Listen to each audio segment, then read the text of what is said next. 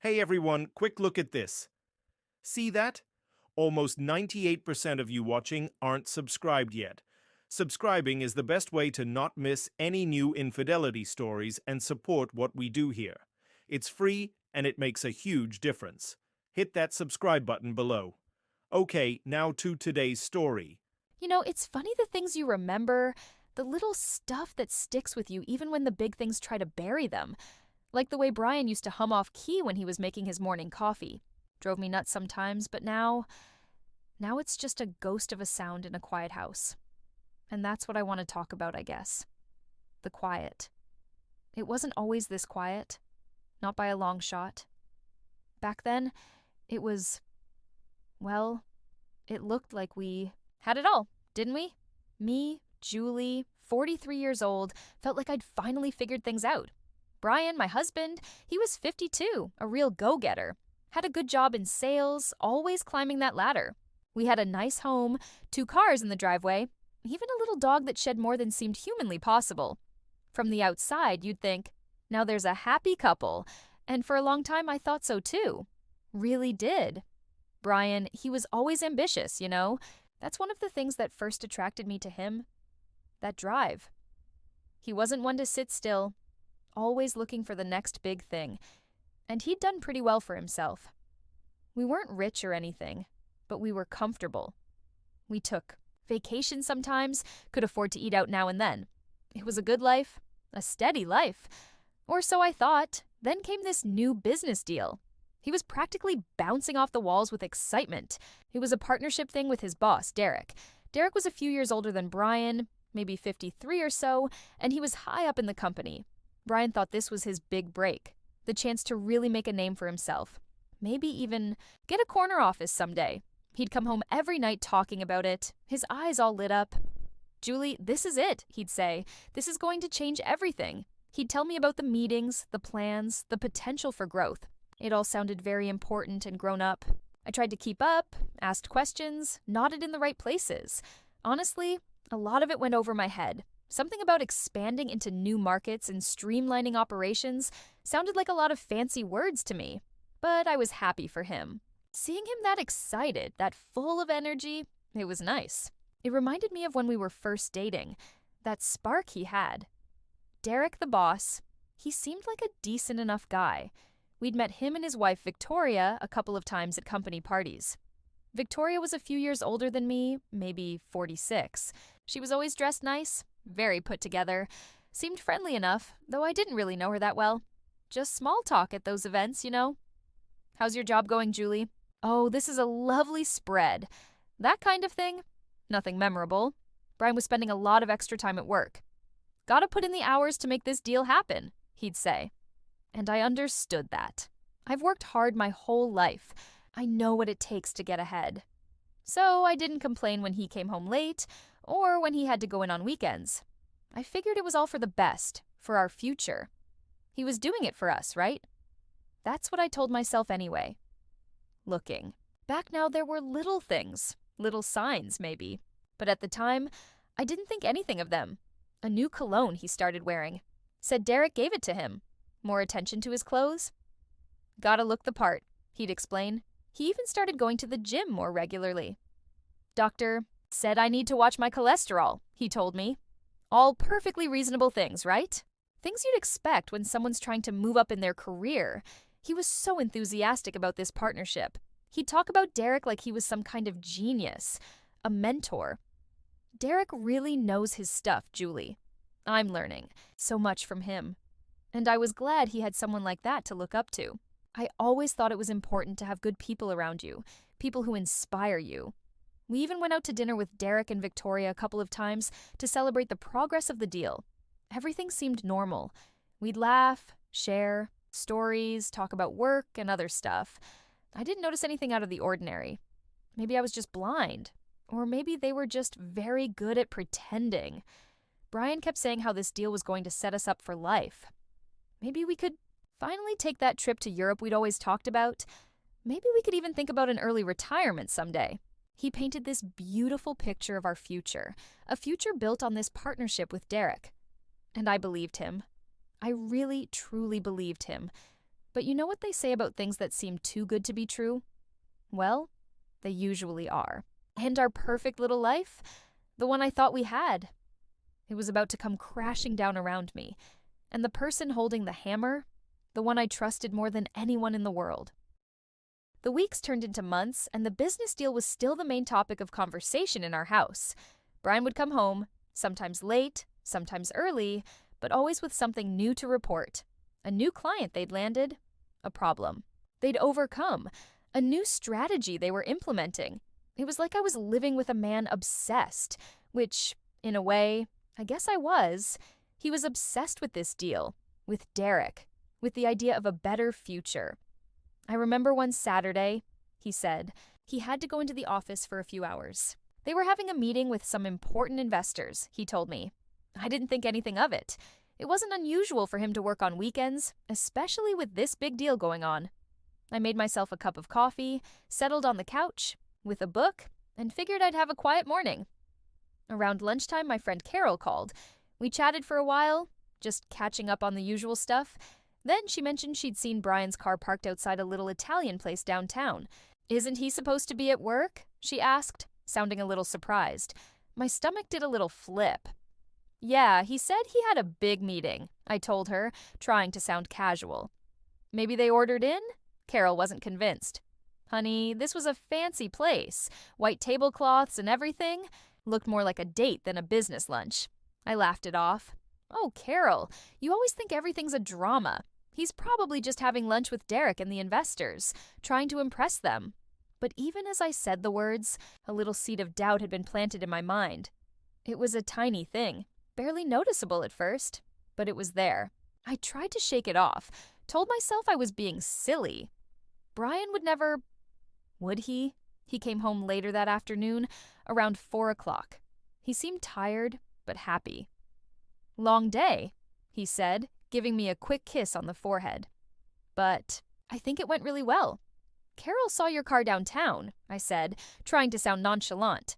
Said you were at that Italian place. He hesitated for a split second, just a tiny flicker in his eyes. But I saw it. Oh yeah, he said a little too quickly. Derek decided to take everyone out for lunch to celebrate. It was really good. Something felt off.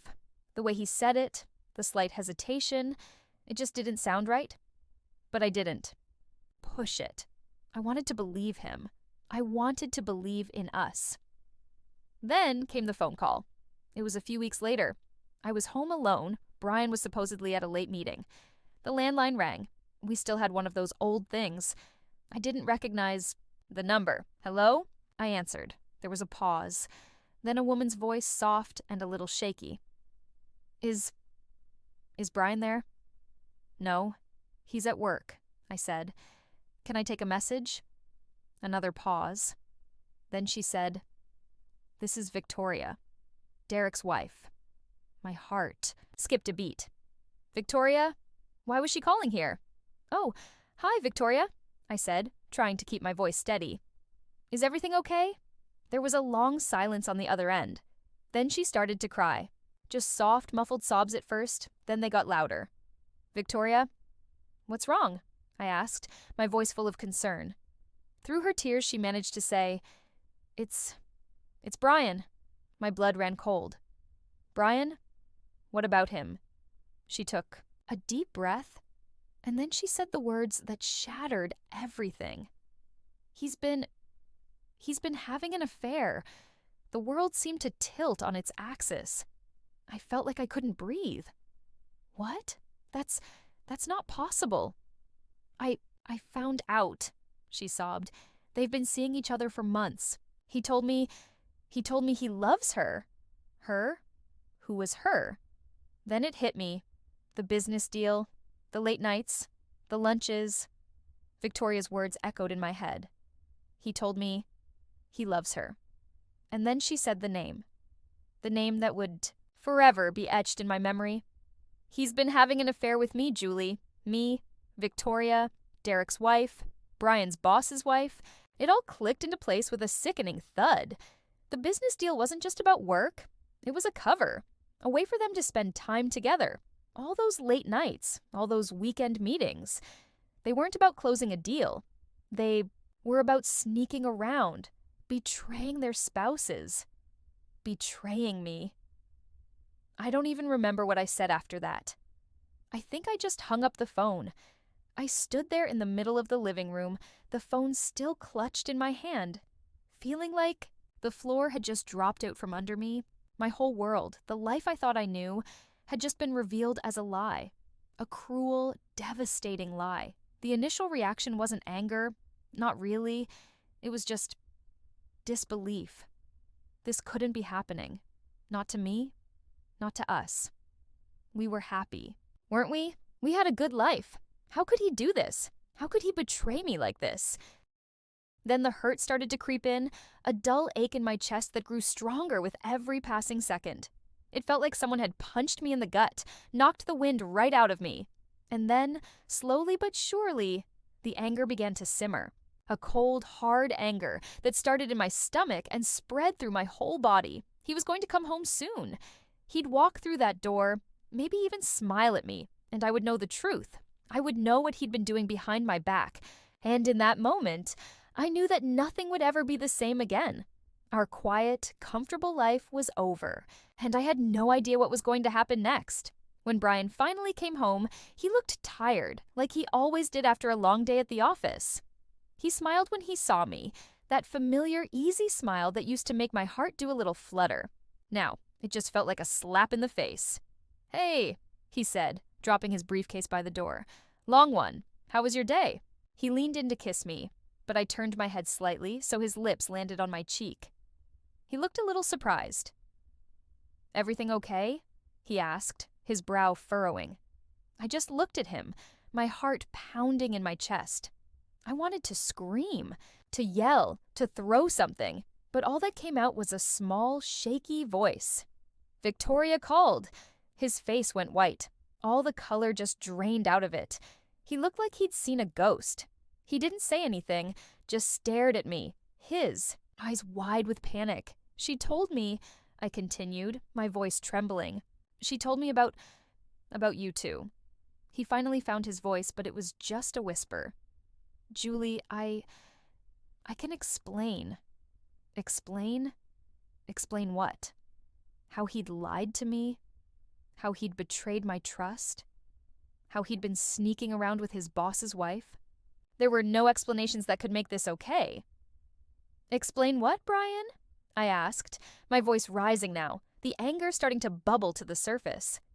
"Explain how you could do this to me, to us?" He ran a hand through his hair, looking lost and desperate. It happened. I didn't mean for it to. "Didn't mean for it to?" I repeated, my voice laced with disbelief. "You didn't mean to spend months lying to me? You didn't mean to sneak around with another woman? You didn't mean to break my heart?" Tears started to well up in his eyes. "Please, Julie, just let me explain." "There's nothing to explain, Brian," I said, my voice flat. She told me everything. He sank onto the couch, his head in his hands. He looked so defeated, so pathetic, and for a split second, I felt a pang of something. Pity? No, not pity. Maybe just a flicker of the love I used to feel for him. But it was quickly swallowed by the overwhelming wave of hurt and anger. I walked over to the window, my back to him. I couldn't bear to look at him. I thought about all the years we'd spent together, all the memories we'd made. The day we got married, our first little apartment, the time we got our dog, Buster, all those moments, all those shared experiences. Did they even mean anything to him? Or was it all just a lie? I remembered a vacation we took to the beach a few years ago. We were sitting on the sand, watching the sunset. And he turned to me and said, "You know, Julie, I can't imagine my life without you." I believed him then. I really did. Now those words just felt like a cruel joke. "How long?" I asked, my voice barely above a whisper. "How long has this been going on?" He didn't answer for a long time. Then he finally mumbled, "Oh, few months. A few months." Months of lies, months of sneaking around, months of betraying me, and all that time I had no idea. I was just going about my life thinking everything was fine. I felt like such a fool. And the business deal? I asked, turning to face him. Was that just a cover? He nodded slowly, shame etched on his face. It started there. We were spending so much time together. So you used your ambition, your career, as an excuse to cheat on me? I said, my voice rising again. You used our future as a way to destroy our present? He looked up at me, his eyes full of tears. No, Julie, it wasn't like that. It happened. We connected. Connected? He connected with his boss's wife while I was at home, making dinner, walking the dog, just living our life. The life I thought we were building together. And what about Derek? I asked. Does he know? Brian shook his head. No. Victoria, she was going to tell him, so, not only had he betrayed me, but he'd also put Victoria in that position. What a mess. What a selfish, horrible mess. I walked into the kitchen, needing to get away from him.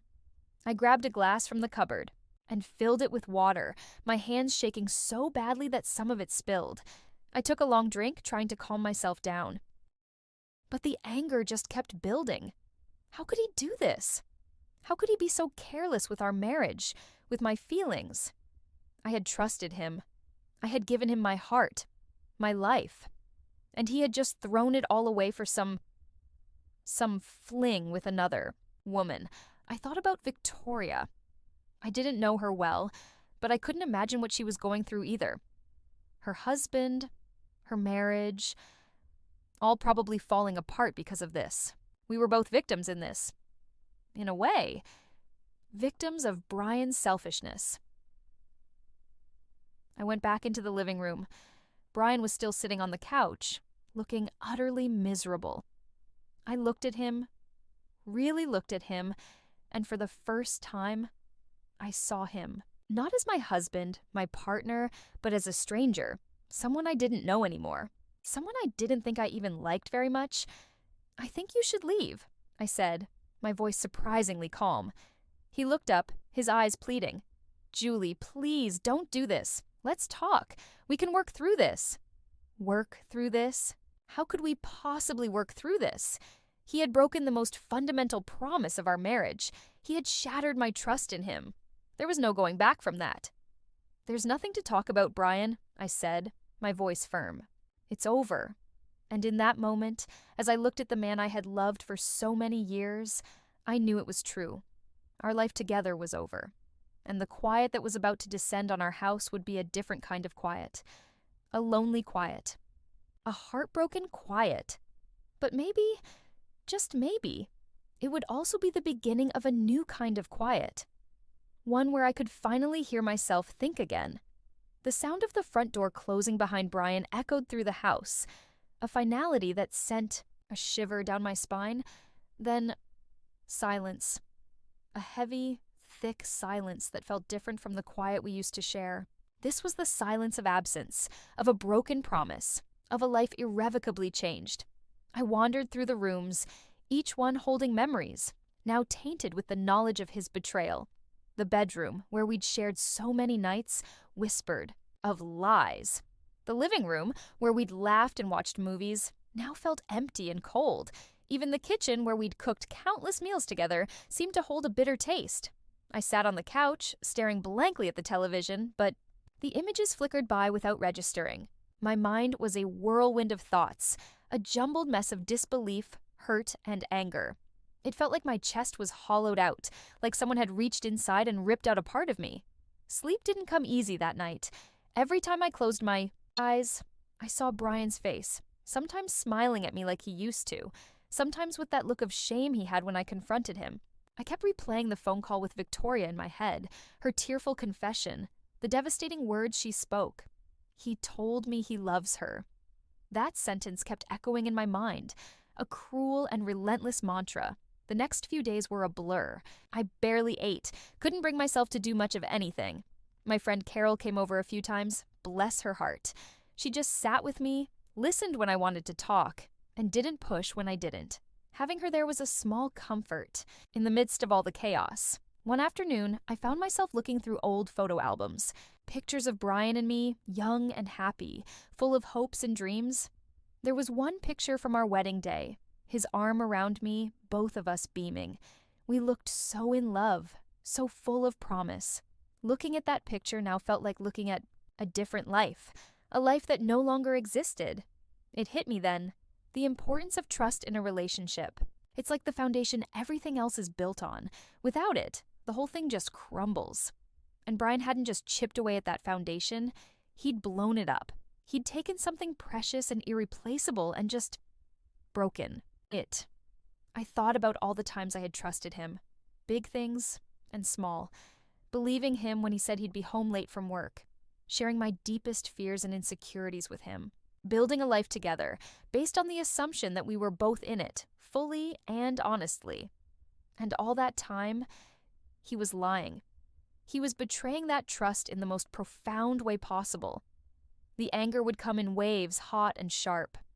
How could he be so selfish? How could he not think about the pain he was causing me? Didn't our years together mean anything to him? Didn't he care about what this would do to our future?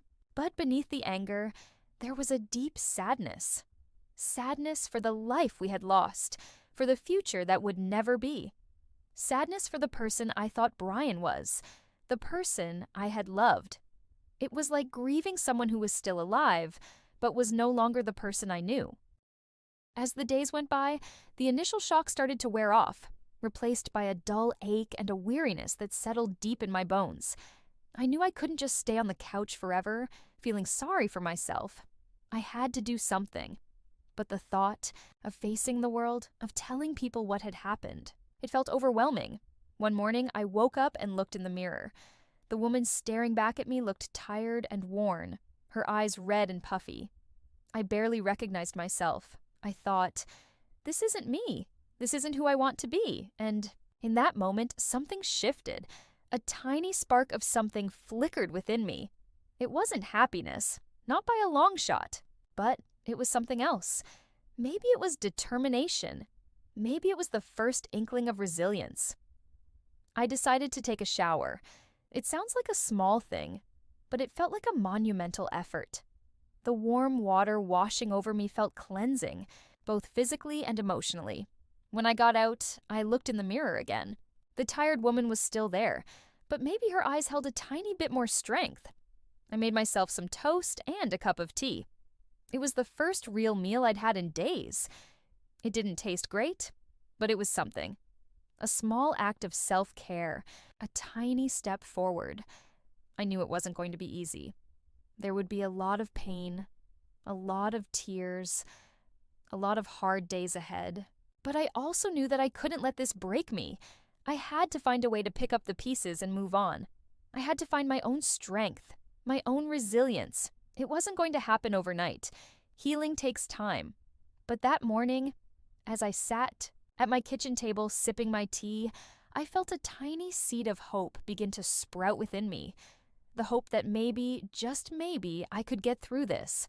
That I could survive this betrayal and come out the other side stronger. It wouldn't be the life I had planned, but maybe it could still be a good life. My life. And that was something worth fighting for. The months that followed were tough, no doubt about it. There were days when just getting out of bed felt like climbing a mountain. The silence in the house was still there, but it started to feel less heavy, less like a constant reminder of what I'd lost, and more like space. Space for me. I leaned on Carol a lot. She was a true friend, always there to listen, to offer a hug, or just to sit with me in silence when I needed that. I also started talking to my sister more. We hadn't always been super close, but going through something like this makes you realize who your real support system is. Someone suggested I might want to talk to a counselor. At first, I was hesitant. I'm not really one for sharing my feelings with strangers. But eventually, I decided to give it a try. And honestly, it helped. It gave me a safe place to talk about everything I was feeling without judgment. She helped me understand that what happened wasn't my fault, that I was allowed to feel angry and hurt, and that it was okay to take time to heal. I started focusing on myself for the first time in a long time. I took up gardening again, something I used to enjoy but had let slide over the years. Getting my hands in the dirt, watching things grow, it was surprisingly therapeutic. I also started going for walks in the park, just enjoying the fresh air and the sunshine. It wasn't like I suddenly forgot about Brian or what he did. The memories were still there, and sometimes they would hit me like a punch to the gut. But slowly, the pain started to lessen. The raw, sharp edges began to soften. I realized that even though Brian's betrayal had been devastating, it didn't have to define me. I was still me. I was still Julie. And I had the strength to get through this. I started to remember who I was before Brian, the things I enjoyed, the things that made me happy. It wasn't a straight line to healing. There were good days and bad days, days when I felt like I could conquer the world, and days when I just wanted to stay in bed and cry. But little by little, the good days started to outnumber the bad ones. I learned a lot about myself during that time. I learned that I was stronger than I thought I was. I learned that I deserved to be loved and respected. And I learned that true happiness has to come from within. Looking back on it now, it's clear that communication and trust are the cornerstones of any good relationship. When those things break down, it can have devastating consequences. Betrayal like that, it leaves scars. But scars can also be a reminder of what you've overcome. And that's what this whole thing has taught me, I think. The power of resilience. The ability to bounce back, even after something that feels like it's going to break you. I didn't think I could get through it at first. There were times when I honestly didn't know how I would. But I did. I'm still here. Life isn't perfect. It throws curveballs. Sometimes it throws a whole dang baseball team at you. But you have to keep going. You have to find the strength inside yourself to pick up the pieces and keep moving forward. I'm not saying I've completely forgiven Brian. That's a whole other journey, and honestly, I'm not sure I'm there yet. But I have found a way to move on. I've found hope again. I've learned to love myself, maybe even a little bit more than I did before. So, if you're watching this and you've been through something similar, know that you're not alone. It hurts. It hurts like hell, but you can get through it. There are people who care about you, resources out there to help you heal. Don't be afraid to reach out. This whole experience, it taught me that even after something so painful, life can still be meaningful. You can still find joy. You can still build a good life for yourself. It might look different than the one you imagined, but it can still be beautiful. I guess the big takeaway from all this is that trust is precious, and betrayal cuts deep. But even when you feel like you're broken beyond repair, there's always hope for healing. There's always the possibility of finding strength you never knew you had. And there's always the chance to build a new future. A future where you put yourself first and learn to love yourself again. I'd be interested to hear if anyone else has gone through something like this. It can feel so isolating when you're in the middle of it. Feel free to share your own experiences or thoughts in the comments. Maybe we can all help each other out a little bit. And remember, even after the darkest night, the sun always comes up again. You just have to keep putting one foot in front of the other. You've got this. I know you do.